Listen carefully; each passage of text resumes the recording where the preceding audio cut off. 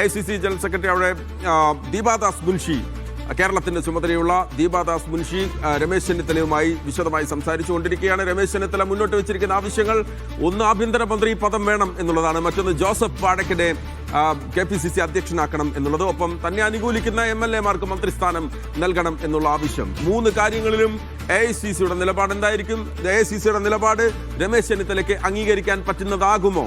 ഇല്ലെങ്കിൽ എന്താകും? ഇന്നിപ്പോൾ UDF യോഗം അല്പസമയത്തിനകം തിരുവനന്തപുരത്ത് ചേരാൻ പോവുകയാണ്. കന്റോൺമെന്റ് ഹൗസിലാണ് മന്ത്രിമാരെ തീരുമാനിക്കാനുള്ള യോഗം. മന്ത്രിസഭാ രൂപീകരണമാണ് പ്രധാന ചർച്ച. അതിലേക്ക് എത്തുന്നതിന് മുൻപ് തന്നെ രമേശ് ചെന്നിത്തലയുടെ നിലപാട്, രമേശ് ചെന്നിത്തല അയയുമോ അതല്ല AICC അദ്ദേഹത്തിന്റെ വാക്കുകൾക്ക് വില കൊടുക്കുമോ, അദ്ദേഹം പറയുന്ന കാര്യങ്ങൾ AICC അംഗീകരിക്കുമോ എന്നുള്ളതും ഒരു പ്രധാനപ്പെട്ട ചോദ്യമാണ്. എന്തായാലും ഇന്നിപ്പോൾ വൈകിട്ട് മന്ത്രിസഭാ രൂപീകരണ യോഗം കന്റോൺമെന്റ് ഹൗസിലാണ് ആ യോഗം ആരംഭിക്കുക. സെയ്ഫ് സൈനുലാബ്ദീൻ ചേരുകയാണ് വിവരങ്ങളുമായി. സെയ്ഫ്, ഇപ്പോഴും രമേശ് ചെന്നിത്തല ഒരു വശത്ത് അയയാതെ നിൽക്കുന്നുണ്ട്, അദ്ദേഹത്തിന്റെ ആവശ്യത്തിൽ ഉറച്ചു നിൽക്കുന്നുണ്ട്. അത് നമുക്കറിയാം. അതോടൊപ്പം തന്നെ ഘടകകക്ഷികൾക്ക് നൽകാനുള്ള മന്ത്രിസ്ഥാനം, അതിന്റെ എണ്ണം സംബന്ധിച്ചുള്ള തീരുമാനത്തിൽ ഏതാണ്ടൊരു രൂപരേഖയായിട്ടുണ്ടോ? ആരൊക്കെ മന്ത്രിമാരാകാനുള്ള സാധ്യത നമ്മൾ കാണണം കോൺഗ്രസിൽ നിന്ന്. ഒപ്പം തന്നെ ഘടകകക്ഷികളുടെ മന്ത്രിമാർ ആരൊക്കെയാകും എന്നാണ് നമ്മൾ പ്രതീക്ഷിക്കേണ്ടത്. സെയ്ഫ്, ഇന്നിപ്പോൾ വൈകിട്ട് നടക്കുന്ന UDF യോഗത്തിൽ പ്രധാനപ്പെട്ട അജണ്ടയായി വരുന്നത് മഹേഷ് മന്ത്രിസ്ഥാന വിഭജനമാണ്. മന്ത്രിസ്ഥാനം ഏതൊക്കെ ഘടകകക്ഷികൾക്ക് എത്ര മന്ത്രിസ്ഥാനം നൽകണം എന്നുള്ള കാര്യത്തിലുള്ള തീരുമാനമാണ് എടുക്കുന്നത്. മന്ത്രിമാർ ആരൊക്കെ എന്നുള്ളത് അതാത് പാർട്ടികൾ തീരുമാനമെടുക്കുന്നത് കൊണ്ട് തന്നെ ഇന്ന് രാത്രിയോടുകൂടിയോ നാളെയോ ആ പാർട്ടികളുടെ തീരുമാനം ഉണ്ടായേക്കാം. ഇന്നിപ്പോൾ പ്രധാനമായും നടക്കാൻ പോകുന്നത് 21 മന്ത്രിസഭ മാത്രമേ കേരളത്തിലെ MLA-മാരുടെ എണ്ണം അനുസരിച്ച് പാടുകയുള്ളൂ. അത് 21 കൂടാൻ പറ്റില്ല. നമുക്ക് കേരളത്തിലെ നിയമസഭയുടെ MLA-മാരുടെ എണ്ണം അനുസരിച്ച് 21 കൂടാൻ കഴിയില്ല. അതുകൊണ്ട് തന്നെ എത്ര മന്ത്രിമാർ, മുഖ്യമന്ത്രി അടക്കം എത്ര മന്ത്രിമാർ കോൺഗ്രസിനുണ്ടാകും എന്നുള്ള കാര്യത്തിൽ ഇന്ന് ധാരണയുണ്ടാകും. 10 അല്ലെങ്കിൽ 11 എന്നുള്ളതാണ് നിലവിൽ ഏകദേശ ധാരണയായിട്ട് ഉണ്ടായിരിക്കുന്നത്. സ്പീക്കറും ഡെപ്യൂട്ടി സ്പീക്കർ സ്ഥാനവും കോൺഗ്രസിന് തന്നെയായിരിക്കും ഉണ്ടാവുക. പിന്നീടുള്ളത് ലീഗിന്റെ കാര്യമാണ്. 22 MLA-മാരുമായിട്ടാണ് ലീഗ് വരുന്നത്. 22 MLA-മാരുമായിട്ട് വരുമ്പോൾ അവർക്ക് 5 മന്ത്രിസ്ഥാനം വേണം എന്ന ആവശ്യം അവർ മുന്നോട്ട് വെക്കുന്നുണ്ട്. 5 MLA-മാർക്ക് ഒരു മന്ത്രി എന്ന നിലയിലാണ് നിലവിൽ കോൺഗ്രസ് കാര്യങ്ങൾ ആലോചിക്കുന്നത്. എന്നിരുന്നാലും ലീഗ് 22 MLA-മാരുമായിട്ട് വരുമ്പോൾ അവർ ഈ തെരഞ്ഞെടുപ്പ് എടുത്ത പണി ചെറുതല്ല എന്നുള്ള ബോധ്യം കോൺഗ്രസ് നേതൃത്വത്തിനുണ്ട്. അവർക്ക് 5 മന്ത്രിസ്ഥാനം നൽകാൻ വേണ്ടിയുള്ള ആലോചനയുണ്ട്. കൂടുതൽ അവകാശവാദങ്ങൾ അവർ ഉന്നയിക്കുമോ എന്ന് അറിയില്ല. ഉപമുഖ്യമന്ത്രി സ്ഥാനം എന്നുള്ള ചർച്ച അത് തെരഞ്ഞെടുപ്പിൽ ഉടനീളം നമ്മൾ കേട്ടതാണ്.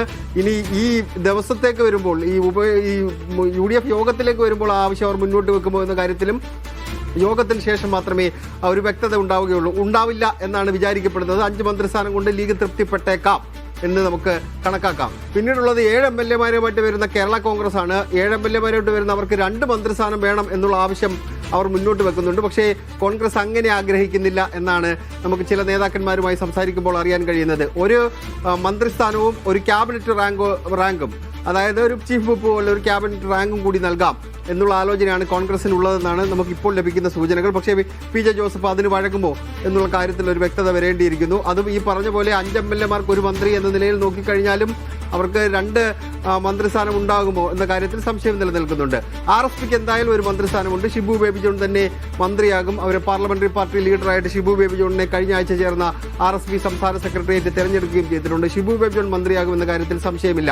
പിന്നീടുള്ളത് ഒറ്റകക്ഷികളാണ്. അത് CP ജോൺ മന്ത്രിയാകും എന്നുള്ള സൂചനകൾ തന്നെയാണ് ഈ ഘട്ടത്തിലും പുറത്തു വരുന്നത്. അദ്ദേഹത്തിന് ഒരു മന്ത്രിസ്ഥാനം നൽകണമെന്ന് ആലോചിക്കുന്നുണ്ട്. പിന്നീടുള്ളത് മാണി സി കാപ്പനാണ്. അദ്ദേഹത്തിന് ഒരു മന്ത്രിസ്ഥാനം നൽകിയേക്കാം.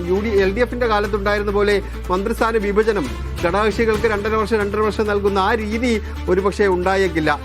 എല്ലാവർക്കും ഫുൾ ടൈം മന്ത്രിസ്ഥാനം നൽകുക. കാരണം 10 വർഷത്തിന് ശേഷമാണ് ടീം UDF സതീശൻ പറയുന്ന പോലെ ടീം UDF എന്ന നിലയിൽ അവർ അധികാരത്തിൽ വരുന്നത്. അതുകൊണ്ട് മന്ത്രിസ്ഥാനം വിഭജിച്ച് നൽകേണ്ടതില്ല, ടൈം വ്യവസ്ഥയിൽ നൽകേണ്ടതില്ല എന്നുള്ള ആലോചനയാണ് അവരുടെ ഭാഗത്ത് നിന്ന്. ഒറ്റകക്ഷികൾക്ക് മന്ത്രിസ്ഥാനം നൽകുമ്പോൾ സ്വാഭാവികമായും അനൂപ് ജേക്കബിന്റെ ഒരു സാധ്യത എത്രത്തോളം ഉണ്ട്? അദ്ദേഹം സ്വാഭാവികമായും മന്ത്രിസ്ഥാനം ആവശ്യപ്പെട്ടിട്ടുണ്ടാകുമല്ലോ. അനൂപ് ജേക്കബ് മന്ത്രിയാകാനുള്ള എല്ലാ സാധ്യതകളും ഉണ്ട്. കാരണം കഴിഞ്ഞ UDF സർക്കാരിന്റെ കാലത്തും അനൂപ് ജേക്കബ് മന്ത്രി തന്നെയായിരുന്നു. അതുകൊണ്ട് ജേക്കബ് വിഭാഗത്തെ അതിൽ എല്ലാ കാലത്തും UDF-നൊപ്പം ചേർന്ന് നിന്നിട്ടുള്ള പാർട്ടിയാണല്ലോ. അതുകൊണ്ട് അനൂപ് ജേക്കബിനെ അതിനകത്ത് ഒഴിവാക്കും എന്ന് കണക്കാക്കാൻ കഴിയില്ല. ഒരു MLA-മാരുണ്ടെങ്കിൽ മാത്രം പോലും അവർക്ക് മന്ത്രിസ്ഥാനം നൽകാനുള്ള ഏകദേശ ധാരണകൾ കോൺഗ്രസ് 10 കോൺഗ്രസ് മന്ത്രിമാർ, 5 ലീഗ് മന്ത്രിമാർ, ഒരു കേരള കോൺഗ്രസ് ജോസഫ് ഒരു മന്ത്രിസ്ഥാനം, അപ്പോൾ 16ആയി. പിന്നീടുള്ളത് ഒരു 5, അതിൽ മുഖ്യമന്ത്രി ഉൾപ്പെടെയാണല്ലോ. അപ്പോൾ അങ്ങനെയെങ്കിൽ പിന്നീട് 4 മന്ത്രിമാർ കൂടി ഉണ്ടാകും. CMP ഉണ്ടാകും, RSP ഉണ്ടാകും, ഒപ്പം തന്നെ അനൂപ് ജേക്കബ് ഉണ്ടാകും അല്ലെ. ഷിബു ബേബി ജോൺ മന്ത്രിമായിട്ടുണ്ടാകും. മാണി കാപ്പൻ ഉണ്ടാകും. അപ്പോൾ വലിയ തർക്കങ്ങളില്ലാതെ പരിഹരിക്കാൻ പറ്റുന്നതാണ് അങ്ങനെയാണ് നിലവിലുള്ള ഒരു ധാരണ.